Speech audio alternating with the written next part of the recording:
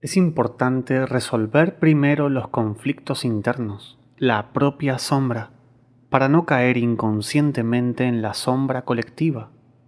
Entonces uno puede influir más tarde en otras personas y la sociedad estaría mejor en su conjunto. Todo el mundo lleva una sombra y cuanto menos encarnada en la vida consciente del individuo, más oscura y densa es. Si una inferioridad es consciente, uno siempre tiene la oportunidad de corregirla, pero si se reprime y se aísla de la conciencia, nunca se corrige y es susceptible de estallar repentinamente en un momento de inconsciencia. En todo caso, forma un obstáculo inconsciente que frustra nuestros propósitos más bien intencionados. Carl Jung habla de dos tipos de sombras: la sombra personal, que sería el lado oscuro desconocido de nuestra personalidad, y la sombra colectiva, el lado oscuro desconocido de la sociedad. Comenzando con la sombra personal, Jung la llama lo que una persona no desea ser.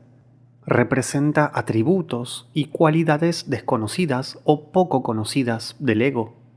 Es la suma de todas esas cualidades desagradables que nos gusta esconder. La sombra contiene inferioridades que todo el mundo tiene, pero que prefiere no conocer. Parecen débiles, socialmente inaceptables o incluso malvados. La sombra es más visible cuando uno está preso de ansiedad u otras emociones, bajo la influencia del alcohol, etc. Uno puede soltar repentinamente un comentario hostil durante una conversación amistosa. Cuando no queremos asimilar lo que despreciamos, lo proyectamos a los demás. Es posible que uno se familiarice con su propia sombra y sea parcialmente consciente de ella, es decir, bajo el control del ego. Sin embargo, muchas personas se niegan a reconocer su sombra tan completamente que el ego ni siquiera se da cuenta del comportamiento de la sombra y por lo tanto no tiene posibilidad de dominarlo. En estas condiciones, la sombra es autónoma y puede expresarse en estados de ánimo inexplicables, irritabilidad y crueldad. A lo largo de sus escritos, Jung se refiere a la importancia de desarrollar la conciencia de la sombra en la psicoterapia y sus proyecciones en la vida del individuo. Aunque la sombra generalmente se percibe como negativa, también puede ser positiva. De hecho, explorar nuestra sombra nos da acceso a muchas cualidades positivas. Jung escribe que la sombra muestra una serie de buenas cualidades como instintos normales, reacciones apropiadas, percepciones realistas, impulsos creativos, etc. Una de las colaboradoras más cercanas de Jung, Marie-Louise von Franz, escribe: la sombra no siempre es necesariamente un oponente. De hecho, es exactamente como cualquier ser humano con el que uno tiene que llevarse bien, a veces cediendo, a veces resistiendo, a veces dando amor, sea lo que sea que la situación requiera. La sombra se vuelve hostil solo cuando es ignorada o incomprendida. La sombra contiene todo tipo de cualidades, fortalezas y potenciales que, si permanecen inexplorados, nos dan un estado de empobrecimiento en nuestra personalidad, creando obstáculos inconscientes que inhiben el crecimiento y encarnación de estas buenas cualidades que yacen dormidas en nuestra psique. Por ejemplo, una persona podría creer que ser asertivo es ser grosero o agresivo, perdiendo las cualidades de la confianza y la capacidad de hablar por sí mismo de una manera honesta y respetuosa, que a su vez puede conducir a una menor proactividad. Hacen que sea más difícil obtener un aumento o un ascenso laboral, luchar con el dinero, etc. Entonces, cuando una persona se encuentra en el fondo con una persona asertiva, siente resentimiento y culpa, lo que hace que su sombra sea más oscura y más densa. Estos valiosos aspectos deben asimilarse a la experiencia real y no reprimirse. Es el ego quien debe renunciar a su orgullo. También encontramos nuestra sombra en nuestros sueños, como una persona del mismo sexo que el soñador.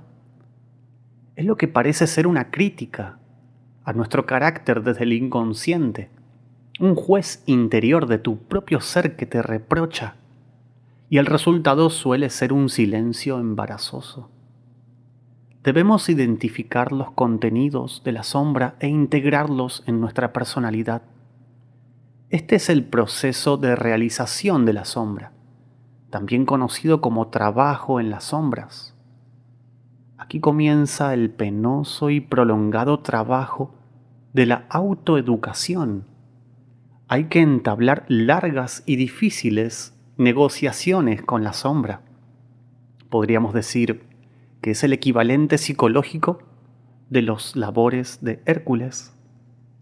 A través del trabajo en las sombras, uno puede observar su sombra exteriormente, observando sus reacciones emocionales y siendo radicalmente honesto acerca de las interacciones de uno con los demás e interiormente explorando sus sueños. Esto le permite a uno iluminarse y reducir el potencial destructivo de la sombra. No tanto, por así decirlo, haciendo la guerra contra la oscuridad, sino llevando la oscuridad a la luz a la oscuridad. Como escribe Jung, no hay luz sin sombra, ni plenitud psíquica sin imperfección. Uno no debe luchar por la perfección, sino por la integridad de la personalidad. El proceso de individuación de toda la vida crea un equilibrio entre los reinos consciente e inconsciente de uno, alineando el ego con el yo, la totalidad de la persona de uno. Sin importar cuán aterrador u oscuro sea enfrentar nuestra sombra, encontrar la verdad trae alivio. El discernimiento de la verdad es el proceso de autenticidad, una minuciosa excavación en las profundidades de nuestro ser para explorar posibilidades y limitaciones, distorsiones y las partes enterradas y a menudo olvidadas de nosotros mismos y nuestras habilidades. La mayoría de las personas, sin embargo, son demasiado indolentes para pensar profundamente, incluso en aquellos aspectos morales de su comportamiento de los que son conscientes, y mucho menos considerar cómo les afecta el inconsciente. La sombra también puede consistir en factores que provienen de una fuente ajena a la vida personal del individuo. Aquí es cuando nos topamos con la sombra colectiva, el lado oscuro o los aspectos desconocidos o pocos conocidos de una sociedad y cultura. Consiste en aquello que se opone a nuestros valores compartidos y colectivos. La sombra colectiva se refiere a un aspecto enorme, multidimensional, a menudo horroroso, pero esquivo, de la vida humana, a una intensidad de daño infligido por los seres humanos entre sí y al mundo natural, y a las vastas secuelas de tal daño en las generaciones posteriores. Encontramos la sombra colectiva en la proyección de la oscuridad y la inferioridad, en la violencia y la opresión, en la invisibilidad del sufrimiento actual, en la negación de la responsabilidad actual.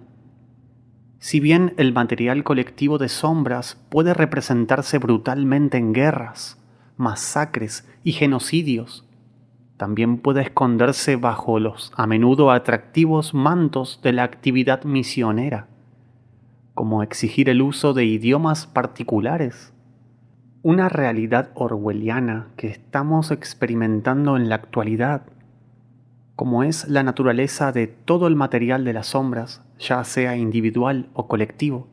Su existencia e influencia pueden ser omnipresentes sin ser obvias. La sombra colectiva se manifiesta exteriormente en atrocidades, persecución, sufrimiento físico, enfermedad, pobreza, desnutrición, alcoholismo, crimen, muerte de culturas, etc.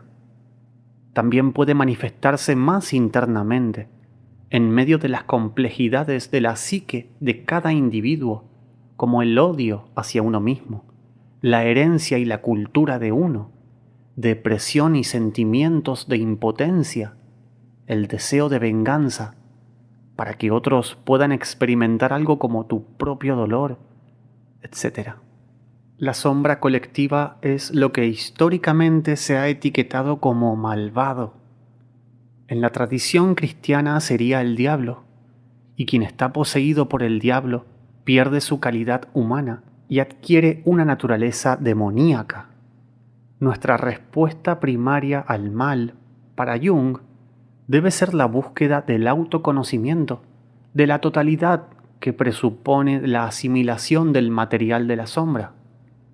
El individuo debe saber implacablemente cuánto bien puede hacer y de qué delitos es capaz de cometer. Cuando hay un problema conocido en una sociedad en particular, se puede llamar un problema sombra.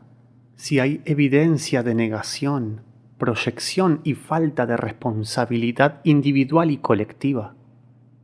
Por lo tanto, asumir la responsabilidad moral, política y espiritual es particularmente crucial. El valor con el que soportamos nuestras tinieblas libera a los demás de tener que cargarlas por nosotros.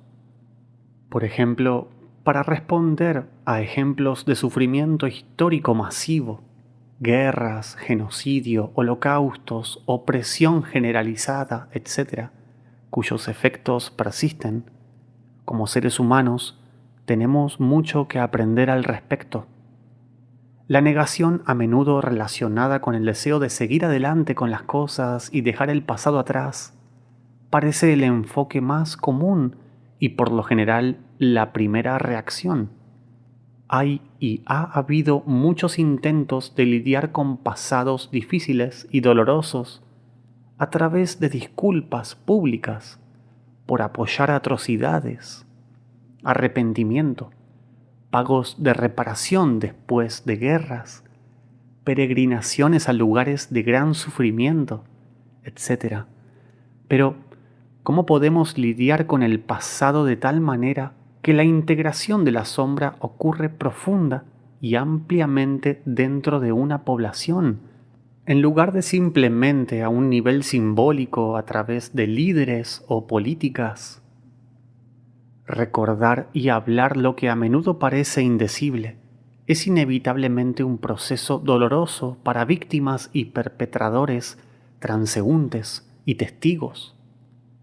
Cualquier proceso de este tipo solo puede considerarse exitoso o razonablemente completo una vez que se haya expresado y escuchado el dolor, la indignación, la traición, el sufrimiento y todos los demás sentimientos, y una vez que se haya asumido la responsabilidad, decir la verdad es la forma más deseable y factible de lidiar con un pasado difícil. Un ejemplo de una terrible psicosis masiva representada por la sombra colectiva es la Alemania nazi, donde la gente cayó en la naturaleza demoníaca a través de su sombra personal. Se unieron al partido nazi e hicieron cosas peores de las que jamás hubieran imaginado o hubieran hecho en condiciones sociales normales. En este sentido, la sombra personal es el puente hacia la sombra colectiva. Por lo tanto, es importante resolver primero los conflictos internos, la propia sombra personal, para no caer inconscientemente en la sombra colectiva. Entonces uno puede influir más tarde en otras personas y la sociedad estaría mejor en su conjunto. Si practicamos la meditación, sabremos cómo mirar profundamente en la naturaleza de la guerra y con nuestro conocimiento despertar a la gente para que juntos podamos evitar repetir los mismos horrores una y otra vez. La guerra está en nosotros, pero está también en todos. Todo está a punto de explotar y todos somos corresponsables. En resumen, primero debemos reconocer nuestra sombra personal y entablar negociaciones largas y difíciles con ella. Ser honestos con nosotros mismos y nuestras interacciones con los demás.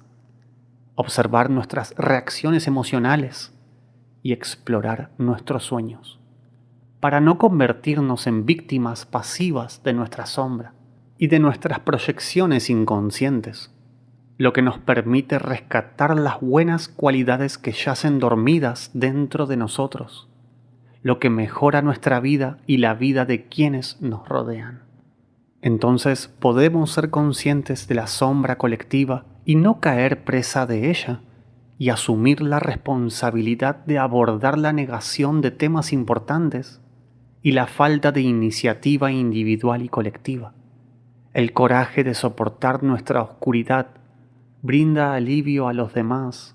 Como decir la verdad es la forma más deseable de lidiar con un pasado difícil, en lugar de descartar las atrocidades y hacer que la sombra se vuelva más oscura hasta que no pueda crecer más y que así la historia se repita. Muchas gracias por haber escuchado. Espero que te haya gustado. De ser así, no olvides poner tu me gusta para que el algoritmo lo recomiende a más personas que tal vez lo estén necesitando. Hasta el próximo episodio.